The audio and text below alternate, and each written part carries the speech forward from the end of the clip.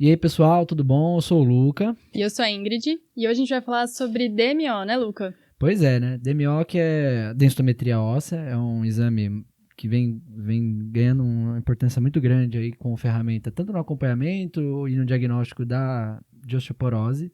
Tem até um episódio do TDC, o episódio 102, Exatamente. que fala certinho sobre indicação, como que é o tratamento, e parte do episódio vai falar um pouco sobre a densitometria. Mas a gente sabe que é um exame que acaba trazendo muita informação e às vezes eu, por exemplo, tinha muita dificuldade, me perdia em saber filtrar o que era o mais importante. Exato, ali, né? Lucas. Se você puder aí esclarecer algumas coisinhas pra gente, porque é muita informação na DMO e eu não sei nem por onde começar. Pois é. Aí eu acho que pra gente deixar bem estruturado, tem a densitometria, ela pode ser feita tanto do fêmur quanto da coluna. Tem algumas outras regiões ósseas que você pode avaliar a densitometria. Usualmente a gente está acompanhando com fêmur e coluna. E aí nesses dois, pegando primeiro o fêmur para a gente falar. A gente sempre vai avaliar na densitometria ou o colo do fêmur ou o fêmur total, tá, para diagnóstico de osteoporose densitométrica.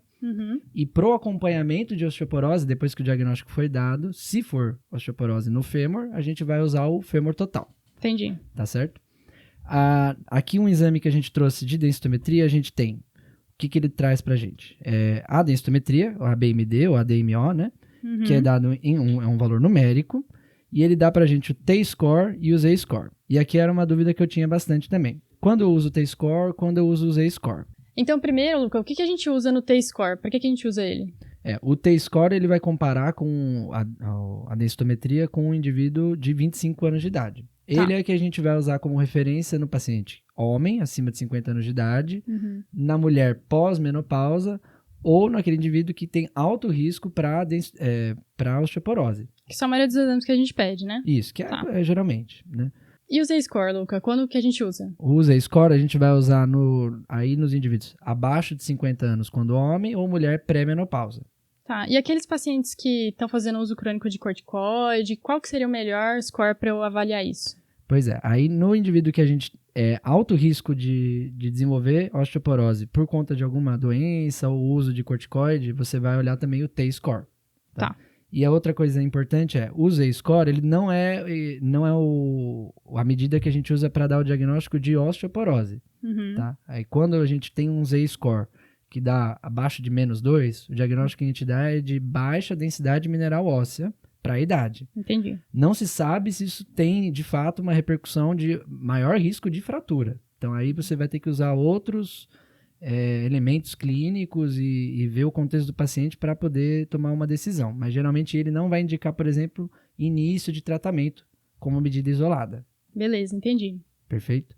E aí, olhando agora, então, uma densitometria óssea do fêmur. A gente tem aqui de valores a DMO, ou a BMD, que é um valor absoluto. Ele te dá o T-score e o Z-score e te dá esses valores para cada região. A gente olha tanto a região do colo do fêmur, como também olha o total. Esses dois servem para a gente dar diagnóstico de osteoporose. Lembrar que é -2,5 no T-score.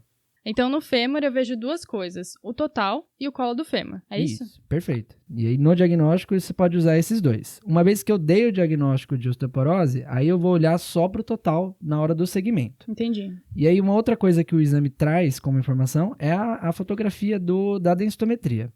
E aí aqui é importante porque a técnica, ela influencia também na análise do valor.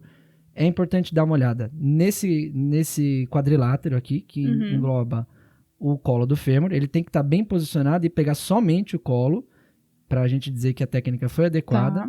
E, idealmente, o exame é feito com o membro em rotação interna. E aí ele esconde o trocânter do fêmur aqui, e eu também não vejo ele, ou não vejo a maior parte dele na hora da fotografia. Isso eu digo que a técnica do exame foi adequada, e eu confio nessa medida que a gente Entendi, então eu tenho que ver também a fotografia, ver se está tudo posicionado da melhor maneira possível, Sim, né? Sim, exato. Tá. Não é só ir para a tabela, senão só não olhar veria os números, dois, né?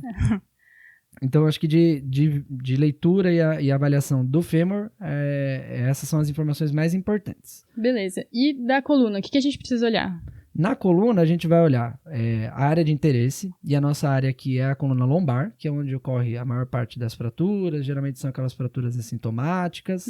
Então, um dado que é interessante, inclusive está nas recomendações, é você sempre pedir a densitometria óssea e, idealmente, ter uma radiografia, tanto de coluna lombosacra anteroposterior como perfil, para você avaliar se o paciente tem alterações degenerativas, osteoartrite, alguma coisa assim, que vai me atrapalhar na avaliação da densitometria desse osso. Entendi. Se for um osso muito doente, tiver alguma coisa, também não vou conseguir avaliar. Tá. Olhando para a técnica do exame, você tem que ter os arcos costais, pelo menos os 2 últimos, no exame, e pegar um pouco da crista ilíaca. E aí as áreas de interesse tem que recortar certinho cada vértebra, também, de L1 a L4. E, assim, Luca, na coluna vem várias tabelas, assim, com várias combinações. Por que eu preciso de tantos números? Tem alguma coisa que eu não posso só olhar aquela combinação total? Quando que eu vou usar outras linhas dessa tabela aqui, que é sempre extensa na coluna? Pois é, aí ele dá todas as relações, né? E aí, por que acontece isso? Como a gente estava conversando.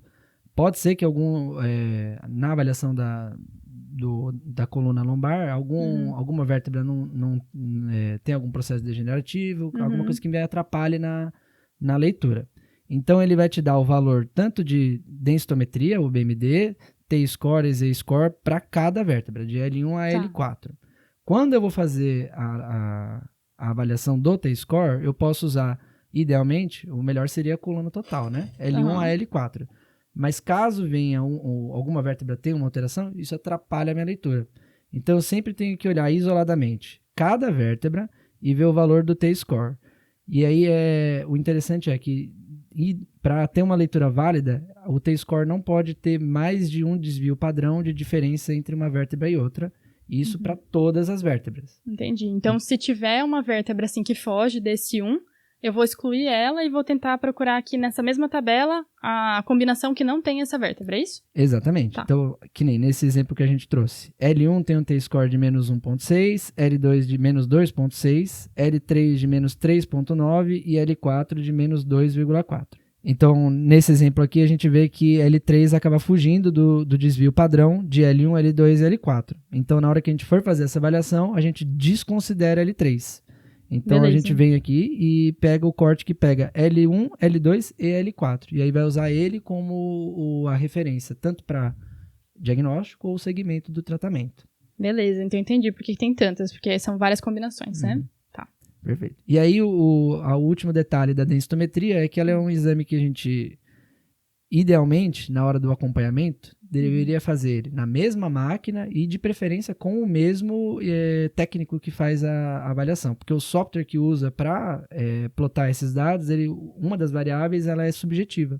Entendi. Então, dá diferença entre quando você faz o exame entre máquinas de marcas diferentes e até mesmo com o examinador diferente. Entendi. Então, às vezes o paciente quer fazer em outro lugar porque é mais barato, a ideia é recomendar que sempre faça no mesmo, né? Isso, é uma coisa importante orientar bem o paciente na hora do acompanhamento, que quando ele for fazer o exame, tentar fazer sempre no mesmo local.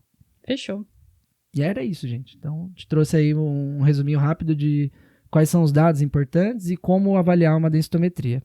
Então é isso, pessoal. Se vocês gostaram desse vídeo, curte e deixa nos comentários também. Pode deixar as dúvidas que a gente responde depois. Valeu, pessoal!